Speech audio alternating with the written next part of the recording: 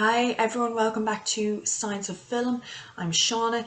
This week we're looking at episode 4 of The Falcon and the Winter Soldier. So we'll put those 2 minutes on the clock.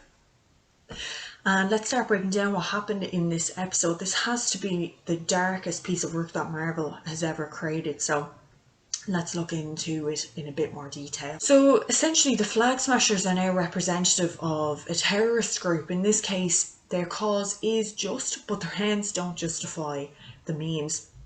You know the saying that one person's freedom fighter is another person's terrorist, and this rings true with Carly. Very hard to see her as a freedom fighter when you know that she has killed so many innocent people, first with the GRC workers and now with Lamar. And so there are different tactics on how to approach the Flag Smashers among the characters. Sam, of course, believes in diplomacy, to talk and reason with her, which is what makes him the best person to carry on Steve's legacy because he's so calm and level-headed.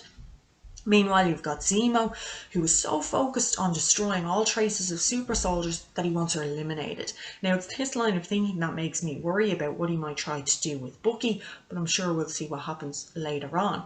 Walker, on the other hand, then wants Carly arrested so that she can answer for her crimes. Now, that seems reasonable enough, except Walker is so focused on the fact that he is physically weaker than everyone else around him that he has to take the serum.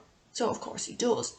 Now, it's the frustration and anger that is already residing within him that is amplified tenfold as soon as he takes this serum. And so, of course, when Carly kills his partner Lamar in battle, his true self finally emerges.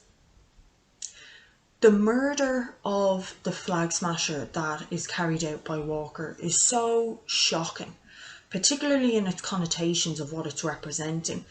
This murder of someone by a figure in authority is so prevalent, particularly in America. Now, that final image of Walker standing over the body with the bloody shield is violent and is unfortunately an all too realistic reflection of the state of modern America today. And so Marvel are really making a very bold statement with this particular episode and with that final scene and image. So that's the end of our episode 4 review for this Marvel series. Thank you all very much for joining me. Look forward to seeing you all next week for the episode 5 review of The Falcon and the Winter Soldier, and to see what happens in this episode as to whether Walker gives up the shield after what occurred or whether Bucky and Sam have to fight it off him. My guess is on the latter, but we'll have to wait and see. See you then.